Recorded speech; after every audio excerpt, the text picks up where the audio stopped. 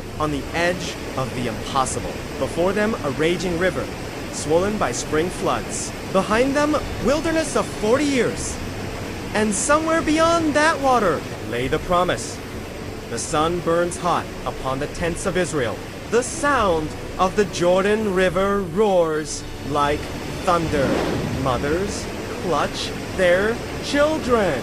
Soldiers stand in silence. Priests tighten their grip on the sacred poles of the ark. And then, a voice breaks the stillness. When you see the Ark of the Covenant move, you move after it. The people stare. The ark, symbol of God's presence, begins to move forward.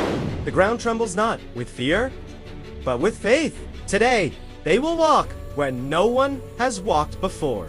And through their obedience, God will write a memory upon the soul of a nation, a memorial of grace that would never fade. For 3 days, Israel camped by the river. 3 long days, waiting, every eye fixed on that rushing flood. The final barrier between bondage and blessing. The officers walked through the camp with a simple message. When you see the Ark of the Covenant of the Lord your God, follow it. Not the army, not the chariots, not the strength of men, but the presence of God. The Ark contained 3 sacred reminders.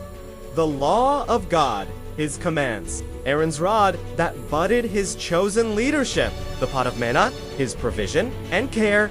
These were the memorials of his grace, symbols of a God who leads, provides, and governs. When God moves, you move. When he pauses, you wait. When he commands, you obey. Sometimes God leads us into rivers that seem impossible to cross, not to destroy our faith, but to reveal his power. Joshua stood before the people and said, "Sanctify yourselves, for tomorrow the Lord will do wonders among you." Before God can work through us, he must work in us. Before he performs miracles around us, he performs sanctification within us. The priests step forward. Their feet touch the edge of the water, and instantly, the roaring ceases. The current halts. The mighty Jordan stands still, its waters piling up like walls of glass. A silence falls over Israel, then a shout of awe. God, the creator of earth and sea, has spoken again. This was no accident of nature. This was the living God of wonders declaring, "I am the Lord of all the earth. The waters obey me." Through the Jordan's depths, Israel walks, dry ground beneath their feet. No mud, no sinking, no fear, because when God opens a path, no power on earth can close it. And as the last tribe crossed over, Joshua called 12 men, 1 from each tribe.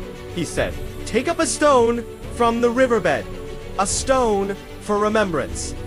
These stones would become a memorial, a silent sermon, a testimony for generations yet unborn. When your children ask, "What do these stones mean?" you will tell them, "The waters of Jordan were cut off before the ark of the Lord." Every nation has its memorials, monuments of war, statues of heroes, towers of triumph. But God's memorials are different. They do not glorify men. They glorify mercy. In every life, God leaves stones of remembrance, moments where his power met our weakness, where his hand carried us through. For Israel, it was 12 stones by the Jordan. Every seventh day whispers, "Remember your Creator." Your baptism is a memorial, a marker that says, "I was once lost, but now I'm alive." Communion is a memorial, the broken bread and poured wine, reminding us of a love that would rather die than live without us. Maybe God has placed memorials in your life to a healing you can't explain. A prayer answered at the midnight hour. A moment you felt his peace when all hope was gone. Those are your stones of remembrance. Never forget them, because when we forget, we drift. When we forget, fear returns. When we forget, we limit what God can do. Psalm 78 says, "They forgot his works and limited the Holy One of Israel." Forgetfulness is not just memory loss, it's spiritual blindness. Ellen White once wrote, "We have nothing to fear, for the future except as we forget how God has led us in the past. Do you remember how God led you? Through the red seas of sorrow, through the wilderness of waiting, through the rivers of fear. He hasn't changed. The same God who led Israel will lead you through your Jordan today. And beyond every river lies a promise. Beyond every trial lies a testimony. Beyond every storm, a Savior waiting to guide you home. So build your memorials in your heart, in your home, in your prayers, in your faith. Because when life grows dark and your path seems uncertain, those memorials will remind you God was faithful before, He will be faithful again.